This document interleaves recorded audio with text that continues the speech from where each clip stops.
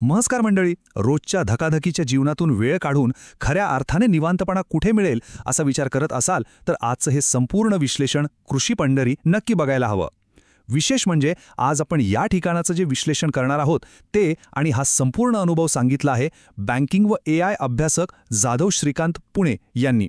एक तंत्रज्ञानात आणि बँकिंगसारख्या वेगवान क्षेत्रात काम करणारा माणूस जेव्हा निसर्गाच्या सानिध्यात जातो तेव्हा त्याला नेमके काय अनुभव येतात ते आज आपण या विश्लेषणातून समजून घेणार आहोत. चला तर मग लगेचच सुरुवात करूया.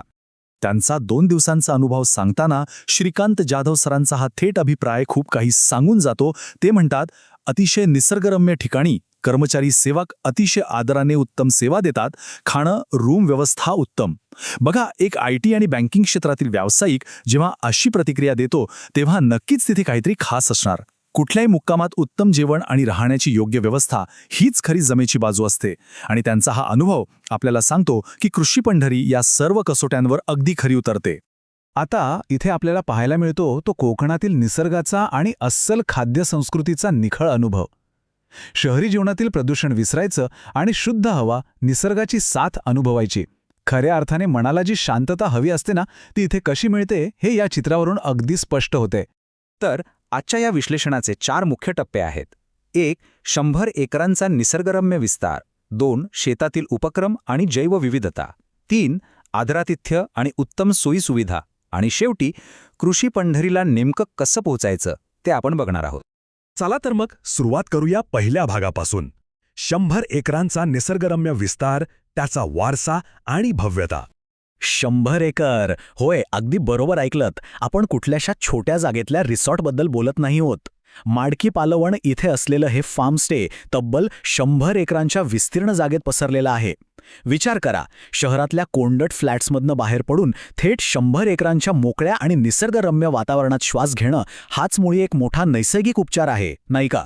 आणि विशेष बाब म्हणजे कृषी पंढरी हे काही केवळ एक व्यावसायिक रिसॉर्ट नाहीये, तर ती 40 वर्षाहून अधिक काळच्या कृषी परंपरेतून आणि मातीतल्या प्रेमातून उभी राहिलेली एक वास्तू आहे. इथलं वैशिष्ट्य म्हणजे थेट शेतातून ताटात येणारं जेवण. इथल्या ग्रामीण जीवनशैलीचा आणि प्राण्यांच्या सान्निध्याचा अनुभव घेणं म्हणजे एक प्रकारचा उत्सवच आहे. आता वळूया दुसऱ्या भागाकडे, शेतातील उपक्रम आणि जैवविविधता म्हणजेच निसर्गाशी थेट संवाद. इथे आल्यावर नुसतं एका जागी बसून राहायचं नाहीये. निसर्गाच्या सान्निध्यात राहायचं, ताऱ्यांच्या छायेत झोपायचं आणि पक्ष्यांच्या किलबिलाटात जागं व्हायचं.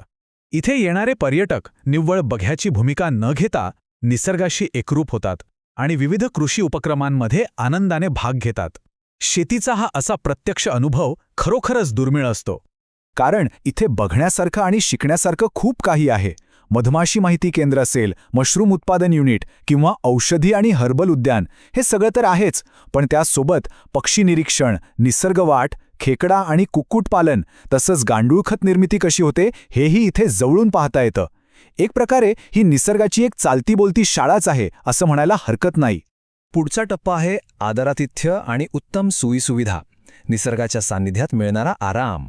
श्रीकांत जाधव यांसारखे AI अभ्यासक जेव्हा त्यांचं कोडिंगचं आणि धावपळीचं जग सोडून इथे येतात तेव्हा नेमका काय फरक जाणवतो. एका बाजूला आहे ते वेगवान आणि दमछाक करणारं शहरी जीवन, आणि दुसऱ्या बाजूला इथे खऱ्या अर्थाने मिळणारी मनाची शांतता आणि नवसंजीवनी. शहरी ताणतणावावर हा असा निसर्गरम्य ब्रेक नक्कीच एक अत्यंत प्रभावी उपाय ठरतो. बरं, निसर्गात राहायचं म्हणजे सोयीसुविधांशी तडजोड करावी लागते असं अजिबात नाही. इथे अतिशय सुंदर अशी पारंपरिक धाटणीची फार्मस्टे कॉटेजेस आहेत, मोकळं रेस्टॉरंट आहे आणि अगदी जलतरण तलावसुद्धा आहे. म्हणजे निसर्गाचा आनंद घेताना आरामाची पूर्ण काळजी इथे घेतली गेली आहे.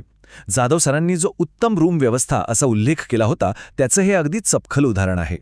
आता शेवटचा आणि सर्वात महत्त्वाचा भाग, कृषी पंढरीला कसे पोहोचावे, प्रवास आणि नियोजन. तर कृषी पंढरी हे ठिकाण रत्नागिरी जिल्ह्यातील चिपळूण तालुक्यात निवळी नावाच्या गावी आहे. नकाशात पाहिल्यावर लक्षात येईल की सावर्डे हे जवळचं रेल्वे स्थानक आणि बसस्थानक तिथे उपलब्ध आहे. महामार्गावरून हे ठिकाण अत्यंत सोयीस्कर अंतरावर असल्यामुळे तिथे पोहोचणं खूपच सोपं होतं. आता अंतराचा विचार केला तर चिपळूणवरून हे अवघ्या 28 किलोमीटर अंतरावर आहे. पुण्यातून बघितलं तर साधारण 250 किलोमीटर आणि मुंबईहून 275 किलोमीटर. म्हणजेच वीकेंडला कुटुंबासोबत प्लॅन करण्यासाठी हे अतिशय उत्तम आणि सहज पोचता येण्याजोगे अंतर आहे. तर बँकिंग आणि AI तज्ज्ञ श्रीकांत जाधव यांनी जो हा निवांत अनुभव सांगितला तो बघून असा प्रश्न पडतो की रोजच्या धावपळीतून आपण असा एक ब्रेक घेण्यासाठी तयार आहोत का? नक्कीच असणार. जर हा अस्सल कोकणी शांततेचा अनुभव घ्यायचा असेल तर डॉक्टर निखिल तानाजीराव चोरगे यांच्याशी 8956929868 या क्रमांकावर आजच संपर्क साधता येईल. हा मुक्काम म्हणजे पुन्हा एकदा मातीशी आणि निसर्गाशी नातं जोडण्याची एक उत्तम संधी आहे. हे विश्लेषण पाहिल्याबद्दल खूप खूप धन्यवाद. पुन्हा भेटूया अशाच एका रंजक माहितीसोबत.